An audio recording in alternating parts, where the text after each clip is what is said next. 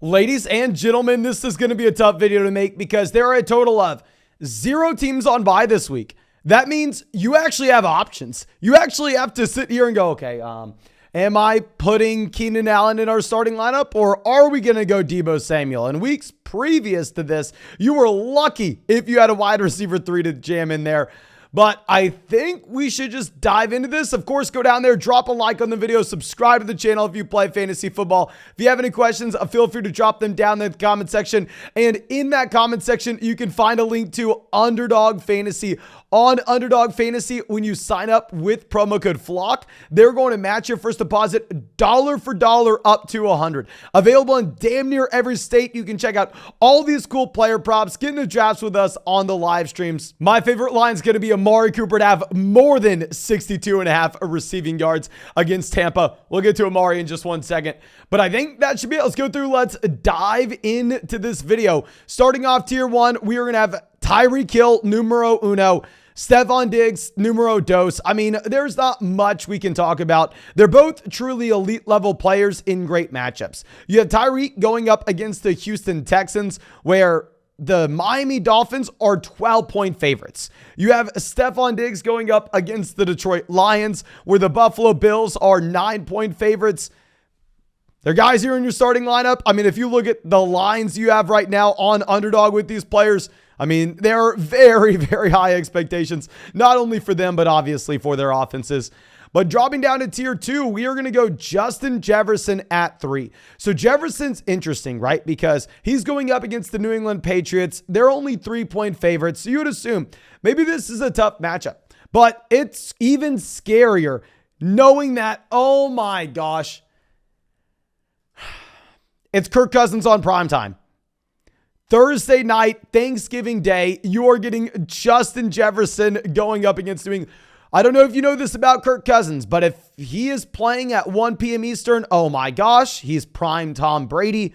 If he's playing at any other time, he'd be lucky to be better than Johnny Manziel. Obviously, I mean, it's a small sample thing. Obviously, it's mainly a joke, but I am interested to see if this is a continued trend. I think Vegas is kind of pricing it in, considering the fact the Vikings are only 3-point favorites. And you'd imagine that when they're sitting here with 3 losses on the season, they would be favored a little more against New England if it was Sunday at 1. But going over to our next guy, Davante Adams going up against the Seattle Seahawks. With Davante Adams, we said it a week ago. He was our player prop lock of a week ago that even in a tough matchup, even if he's limited, it doesn't matter. He's an elite level guy. You bet on Davante Adams when you can. I think everybody should have learned that this past week. And then at 5, we are going to go DeAndre Hopkins. Going up against the Chargers, I don't exactly know where to rank him. I would say it's a decent matchup, but I'm recording this right before the Monday night game, ladies and gentlemen. I'm recording this right before the Monday night game, so please do not scream at me if something happens with DeAndre Hopkins. I think it's a safe bet, though, that he's going to continue to go out there and dominate targets. Probably doesn't have the best day ever against the 49ers, or at least I wouldn't be that surprised because 49ers defense is pretty legit. But going down to our next tier, we're going to go Jalen Waddle at 6 in that great matchup going up against the Houston Texans with Mr. Tyreek Hill. I mean, I think you just assume that Miami's going to be putting up 1,000,000 points.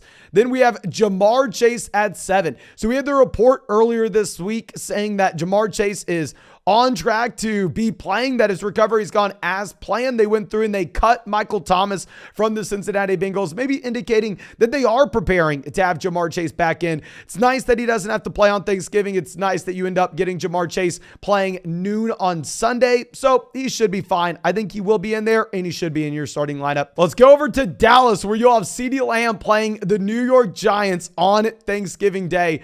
With CeeDee Lamb, I mean, he is a must-start wide receiver each and every week. We know this by now. I mean, what's a little frustrating is the Dallas Cowboys put up 40 points this past week, and in that 40-point game, you know what you have? 0 touchdowns for CeeDee Lamb because you have a combined 4 touchdowns for Ezekiel Elliott as well as Tony Pollard. What you're really hoping for is you're really hoping that the New York Giants will be able to score against this great Dallas defense. If they can do that and they can keep this game somewhat competitive and make the Dallas Cowboys actually throw the ball in the second half, you'll be a little more excited.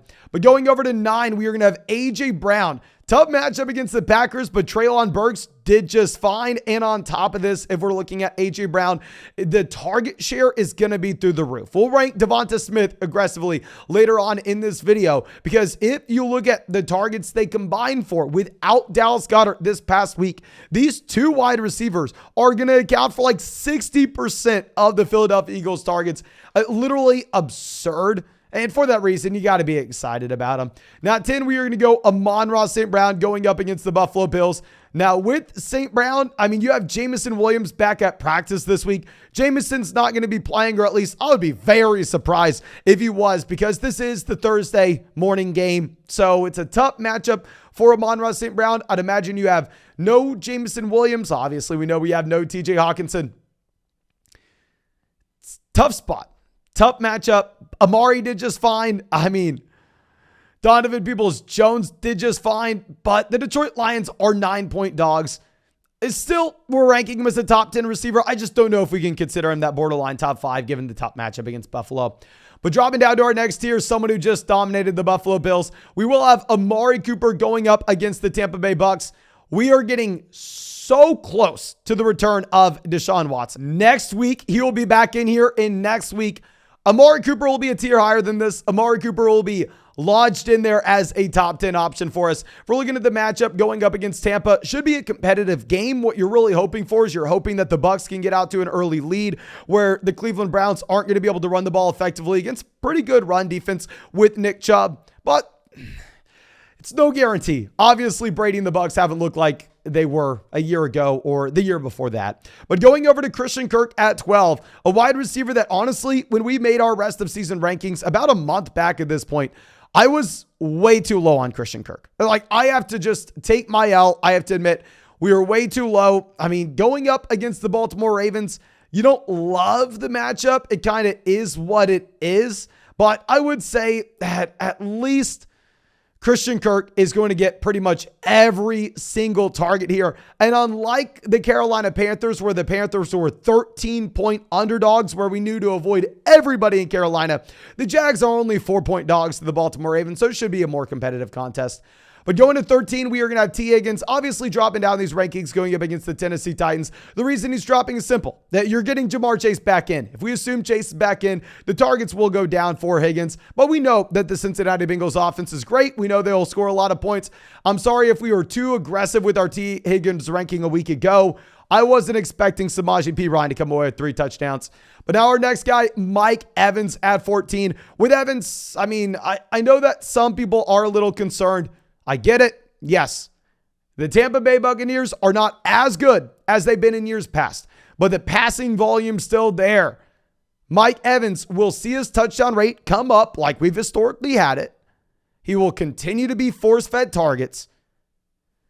Your league mates are selling Mike Evans. I'm buying Mike Evans. 15, we are going to have Chris Olave. We had Olave ranked a lot higher than this a week ago, but we are going to be moving Olave down after the great week, not because anything we saw, but more so the 49ers have a very good defense. I mean, right now, I'm recording this before the Monday night game, but the 49ers are going to be 8-point favorites against the New Orleans Saints in San Francisco.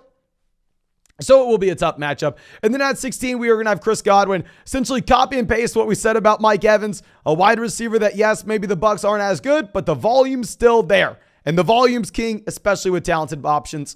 Now our next tier will be Tyler Lockett and DK Metcalf standing by themselves. I mean, with Lockett and Metcalf going up against the Raiders, you would think that this would be a very good matchup where maybe Seattle, who obviously is leading the division, has been crushing this season, would be heavy favorites. But honestly, I mean, you only have the Seattle Seahawks as 3.5-point favorites at home. Weird spot, and maybe we get a decent amount of Kenneth Walker this week. Hopefully, we get a decent amount of Kenneth Walker. I think Lockett and Metcalf are safe plays at wide receiver too. But dropping down to our next tier, we're going to go Keenan Allen at 19. Good matchup against the Arizona Cardinals. Now, with Keenan, it's just very difficult to rank him. Don't really know the availability of Mike Williams. Don't really know what's going to be happening in Los Angeles. This will just have to be one of those situations that I'm going to keep you updated as we get closer to kickoff. And then Deebo Samuel is going to be at 20. I mean, maybe Deebo Samuel crushes the Arizona Cardinals on Monday night and we can move him up. But as I've been saying, I'm very worried that you have CMC, George Kittle, Deebo Samuel, Brandon Ayuk all in the same offense. It's a lot of competition. And we're going to go Devonta Smith at 21. Just like we were saying with A.J. Brown, these two wide receivers have a ridiculous amount of target volume, especially with no Dallas Goedert here. I think that the Philadelphia Eagles will go through and take a step forward compared to what we've seen as of late. I mean, they are 7-point favorites against the Green Bay Packers. I mean, it's so weird how many primetime Packers games we have. I mean, clearly, you don't think the back-to-back league MVP is going to take a massive step down if you're the NFL when you're scheduling these games? Weird that we get another Sunday night one. Now, going over to 22, we are going to have Gabe Davis. Phenomenal matchup against the Detroit Lions. You can already see it, right? Gabe Davis scoring 40 points, having 2 long receiving touchdowns, and every Gabe Davis truther on Thanksgiving running around Twitter, gloating about it, which is entirely a possibility. I mean, we know Buffalo, even if they get to a large lead in the second half, they don't feel the need to run the ball. They're going to go out there and they're going to rack up points. And then we're going to go Courtland Sutton at 23, but there's going to be a massive asterisk on this one, right? Because if we have no Jerry Jeudy, no KJ Hamler, no Tim Patrick, nobody in this offense again next week, then Courtland Sutton would be higher. Then Courtland Sutton would be up there right next to Chris Godwin, Tyler Lockett. But if Jerry Jeudy was able to return this week, if Jerry Jeudy can make it back, then Courtland Sutton will actually probably fall to a tier below this. So this is kind of right in the middle of where we would rank him with and without Jerry Jeudy in this offense. I think it makes a massive difference for the volume that Courtland Sutton's going to be seeing. So I will update this later on in the week for you. It's just tough to know right now. And then at 24, we're going to have Terry McLaurin against the Atlanta Falcons. I mean, obviously, Terry McLaurin, great receiver, but you got Logan Thomas back. You have John Dotson back. You have Diami Brown back. You still have Curtis Samuel. You still have a team that wants to run the ball. You're going up against the Atlanta Falcons. I mean, with Terry McLaurin, I don't know. I just feel like Washington's not going to have too many passing touchdowns, and there's so much target competition. He's been good as of late, but I mean, if you look at his points per game, it's not like he's higher than this of where we've been ranking him in for a large chunk of the season. A lot of those players have been missing. Now, Hollywood Brown's going to be there at 25. With Hollywood Brown, I mean, we're going to have to give you an update later on. I know, I'm sorry that we're being annoying with this, but with Hollywood, I'm assuming he is going to play. But do we want to play him his first week back? Most likely not. We're most likely not trying to play him his first week back. If he were to miss, then Rondale Moore will dramatically move up these rankings as well. So this is another one of those injury situations where we will have to update you later on. Just make sure you're subscribed. Now dropping down to our next tier, we're going to go Michael Pittman at 26. Monday night game, we are blessed with the Pittsburgh Steelers playing the Indianapolis Colts. You actually have Indy as 3-point favorites.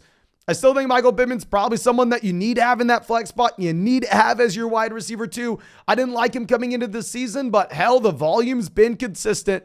He hasn't really been scoring touchdowns. What's kind of interesting is Matt Ryan really likes Paris Campbell. I don't know why. I don't know why Matt Ryan is just a fanboy of Campbell, wants to target him over and over and over again. Something we'll need to monitor. Then we'll go 27, Brandon Ayuk. I know people have been screaming at us for ranking Brandon Ayuk too low because we've been having him down here as a low end wide receiver 2, high end wide receiver 3. Like I said, recording this before the Monday night game. So this will be something we need to revisit, but I am very worried about Deebo Samuel, Kittle, CMC, and Ayuk all in the same offense. I don't think that this is going to be a team leading the NFL in passing touchdowns, leading the NFL in passing yards. Now, we're going to have Juju Smith-Schuster at 28. I'm expecting Juju to make it back. And what is so funny is the largest spread of the week. The largest spread of the week between the Chiefs and the Rams here. I mean, you understand why. You have the Kupp injury. You have the Stafford injury. I mean, they were even bad before that. It's just crazy. You win the Super Bowl, and then the next year, we're looking you as 14-point dogs. Now, going down to our next tier, we're going to go Jacoby Myers at 29. I mean, with Myers, I want to make him a wide receiver too. I want to get him higher than this on the list. But how? Like, please go to the comment section. If you're a Jacoby Myers fan, I understand why you'd be mad that we have him this low. Like, it's crazy to say, oh, he's wide receiver 29 for us. But can y'all please let me know who you put him ahead of? Because from a raw points per game perspective, he actually has been ahead of a decent amount of these guys. Obviously, playing on Thanksgiving, you kind of want to start some Thanksgiving names just so we can go ahead and have something to watch. Now, at 30, we're going to have George Pickens. Same thing here. I mean, with Pickens, I want to have him higher. He has been very good from a per-target standpoint. He has been so much better than Deontay Johnson from a per-target standpoint. But at the same time, it seems like 30 is really low. But can I put him ahead of Pittman? Can I put him ahead of Ayuk? Can I put him ahead of Juju? Can I put him ahead of Terry McLaurin? Like, where is he supposed to go if we need to move him up? But I do think he should be higher. Now, we have a few names we're leaving off this list. We are leaving off Mike Williams because we don't know Mike Williams and his availability for this upcoming week. And we are going to be leaving off every Green Bay Packer. Now, y'all know last week we called Christian Watson a must-start option. We ranked Christian Watson as a top 24 name, and we wanted everybody to have him in their lineup. Well, with Christian Watson, I am less excited about him now than we were before he came out and dropped 20 points, before he had multiple receiving touchdowns again. And I know it sounds crazy, but the reason I'm less excited now is a week ago, you had 11 targets for Allen Lazard. Like that's not great. You only had 6 targets for Christian Watson. And also, we're expecting that Romeo Doubs is possibly going to come back this week. And if Romeo Doubs comes back and we have Lazard, Randall Cobb, Christian Watson, and Romeo Doubs all in this offense, I don't know if you can be comfortable starting any individual name. Obviously, if Doubs were to miss, though, then I think that things do change. And then we would have to move Allen Lazard and Christian Watson up. But I think that's all we got for you. Of course, thank you so much. If you enjoyed this video, go down there, drop a like, subscribe to the channel if you play fantasy football. If you have any questions, feel free to drop them down there in the comment section. And if you want to check out any of these player props, if you want to get into a draft with us on the live stream, make sure you go to the link in the description. Make sure you go to the link in the comment section. Sign up for Underdog Fantasy with promo code FLOCK, and they'll match your first deposit dollar for dollar up to $200. But thank you again. I appreciate you. I hope you have a great day, and I hope we get to see you out in the live stream tonight.